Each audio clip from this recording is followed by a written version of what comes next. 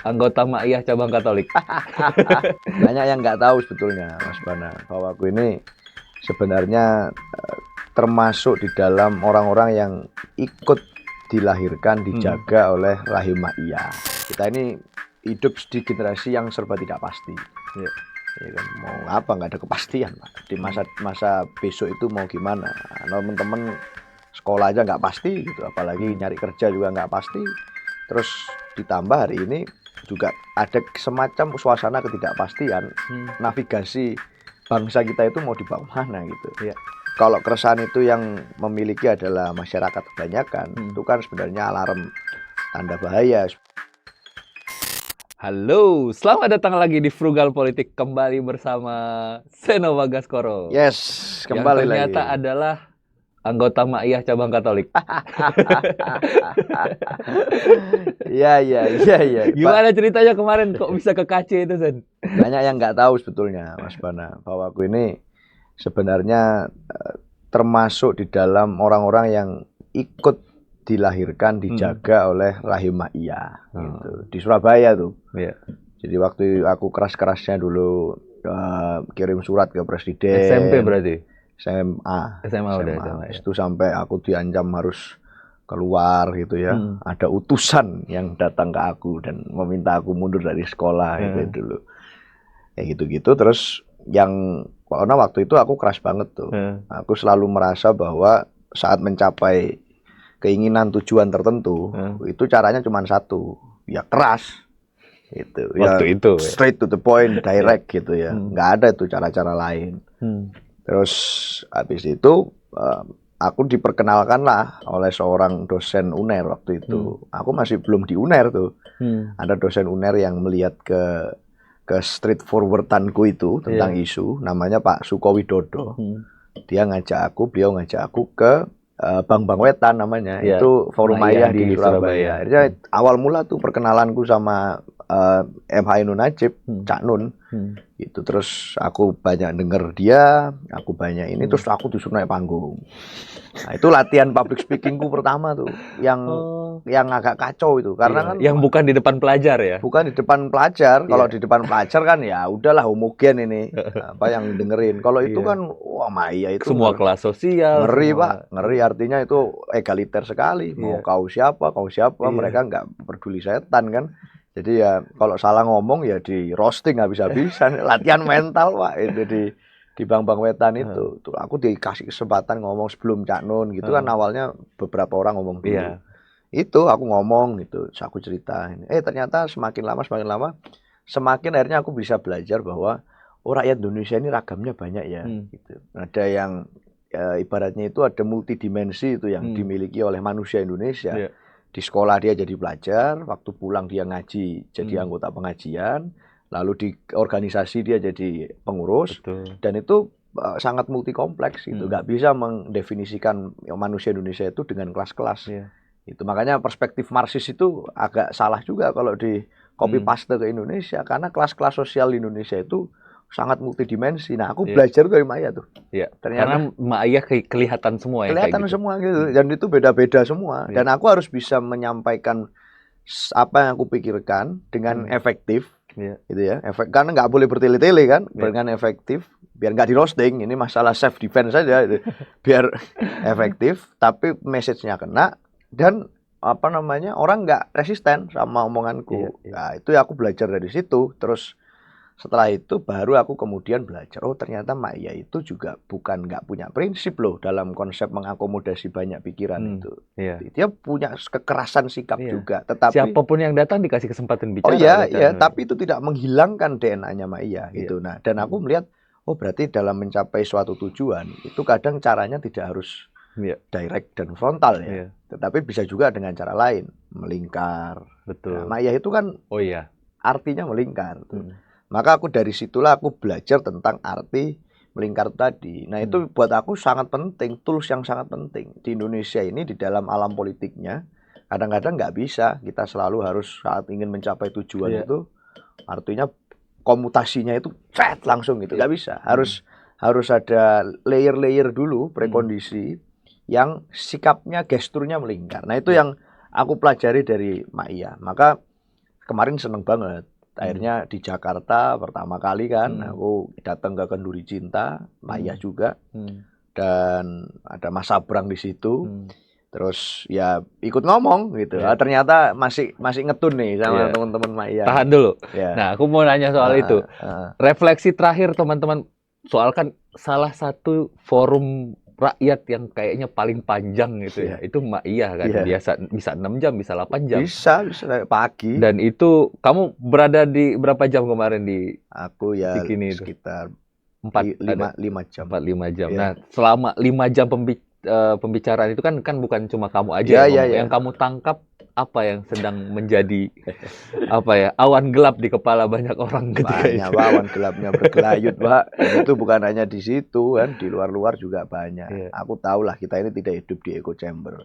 Dan aku tidak mau naif juga untuk mengatakan bahwa Indonesia hari ini itu fine-fine aja gitu. Bahwa banyak kekhawatiran, banyak keresahan, dan it's very okay gitu. Aku sangat memahami keresahan itu dan ikut sebagai bagian dari generasi yang sama yang banyak menyuarakan keresahan itu. Aku juga berbagi keresahan itu bahwa kita ini hidup di generasi yang serba tidak pasti. Ya kan, mau apa nggak ada kepastian, Pak. Di masa besok itu mau gimana? Teman-teman sekolah aja nggak pasti gitu, apalagi nyari kerja juga nggak pasti. Terus ditambah hari ini juga ada semacam suasana ketidakpastian. Navigasi bangsa kita itu mau dibawa mana gitu. Ya kan, maka di Maiya kemarin banyak bahas tentang itu. Gimana nih Danantara nih, gimana nih MBG nih, gimana apa program-program. Ya tentu saja yang orang yang memang punya kepakaran di situ ya ngomong ya. Oh iya. Kadang juga budayawan juga, Pak, kiai juga. Kadang ada kemarin juga ada Habib juga yang di situ, Habib Jafar gitu. Nah, jadi ya multi lah, dari berbagai perspektif malah memperkaya. Tapi keresahan itu kan boleh dimiliki siapa aja, nggak harus pakar. Dan kalau keresahan itu yang memiliki adalah masyarakat kebanyakan, itu kan sebenarnya alarm tanda bahaya sebetulnya, harus disikapi dengan serius. Nah, di situ banyak kekhawatiran itu gitu yang muncul. Nah, tapi aku pakai perspektifnya agak beda nih.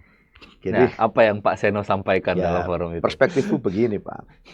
Bangsa Indonesia itu dibandingkan bangsa yang apa saja yang lain, itu boleh kalah dalam banyak hal.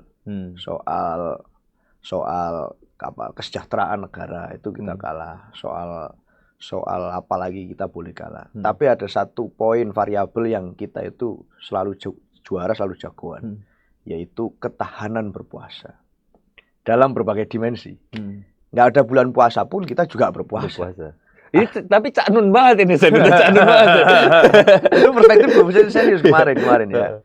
Nggak ada bulan puasa pun kita puasa. Bahkan Jakarta ini adalah epicentrum puasa. Kenapa?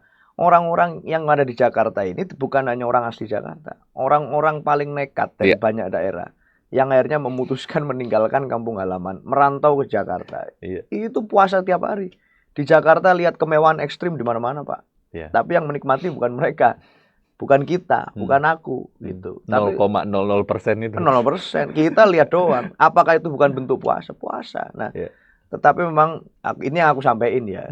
Tapi memang alam semesta, Tuhan itu memberikan waktu berbuka yang beda-beda untuk semua orang gitu. Nah, dengan berpuasa ini ekspresi tertinggi kita menjalani puasa itu adalah dengan berpuisi. Gimana berpuisi? Ya dengan cara kita ngumpul, kita tetap bersama-sama, itulah. Kita tidak sedang membaca puisi, kitalah puisi itu. Itu aku sampaikan itu, Pak. Jadi aku nggak bisa memberikan solusi yang maces tentang segala keresahan itu. Karena memang bukan itu tujuan Maiya. Bukan, nggak bisa. Tapi untuk melegakan hati, untuk melihat bahwa masih ada harapan, masih ada asa di dalam kata puasa itu ada asa. Itu aku berbagi itu ke teman-teman. Dan itu yang bisa aku lakukan sekarang. Karena aku ini selalu kalau ditanya orang, Mas Seno sebenarnya di politik ngapain gini-gini? Aku jawab cuma satu ya, cuman bahasa Jawanya rewang-rewang keadaan, Pak. Bantu-bantu keadaan aja. Aku melihat keadaan begini, tidak mungkin aku bisa memperbaiki semuanya as a person gitu. Mau aku bersikap kayak apapun, seberapa sih gitu. Tidak ada Superman. Nggak ada. Nah, tapi kalau membantu-bantu dikit-dikit di berbagai aspek, ada yang bagian bikin makanannya, ada yang bikin, ada yang bagian nganterin, ada yang bagian menyenangkan hati itu kan juga sebagian dari membantu. Dan itu yang hari ini bisa aku lakuin. Itu Pak Bana. Cukup dalam ya. Cukup dalam ini pesan Ramadan banget ini. Gimana nih kita bahas isu aja nih? Udah, aku mau tutup dulu. Nanti biar gitu. di sesi berbeda aja kita bahas yang politik-politik. Siap. Makasih. Mungkin pesan terakhir untuk teman-teman yang berpuasa beneran dan nanti akan mudik Lebaran nih. Ya, mudik itu adalah gambaran bahwa kalau kata Cak Nun Hagin, nggak apa-apa, bahwa pemerataan ekonomi kita itu belum merata di banyak daerah. Ya. Artinya orang harus meninggalkan kampung halaman untuk mencari nafkah. Ya. Dan itulah yang menjadi sebuah tradisi yang akhirnya sudah mengakar jadi peradaban puluhan kita. Tahun. Puluhan ratusan tahun jadi peradaban kita. Orang yang kerja di luar daerahnya harus kembali untuk bersilaturahmi, maaf-maafan, karena mencari nafkah. Nah ini yang menjadi suatu pelajaran. Jangan-jangan harus kita dorong juga, misalnya jalur-jalur yang lebih sistematis untuk memastikan bahwa ya orang tanpa keluar kampung halaman pun bisa kok bekerja dan menjadi tuan di kotanya sendiri gitu, di kabupatennya sendiri, di desanya sendiri. Itu yang jadi cita-cita kita. Dan itu tidak bisa dilakukan hanya dengan jargon-jargon tuh, harus betul-betul serius. Nah, saat masyarakatnya itu masih resah dengan keadaan republik, dengan pemerintah, dengan negara, itu sebenarnya malah pertanda baik bahwa demokrasi kita functioning, bahwa masyarakat kita masih peduli. Aku nggak bisa bayangin kalau masyarakat kita serempak sepakat tidak peduli dengan negara. Nah, di dalam bulan puasa ini ada suatu fenomena luar biasa, yaitu masyarakat Indonesia menunjukkan keresahannya yang luar biasa terhadap bangsa dan negara. Buat aku itu adalah sense of belonging yang berharga dan harus dihormati oleh pemerintah, ditanggapi dengan baik, diaspirasikan dengan baik, bukan malah denial atau dimarah-marahin rakyatnya. Ya itu yang hari ini akan menjadi momentum berbuka pada saat pemerintah semakin peka terhadap hal itu. Itu Pak Bana. Terima kasih, Seno. Terima kasih. Sampai ketemu lagi teman-teman.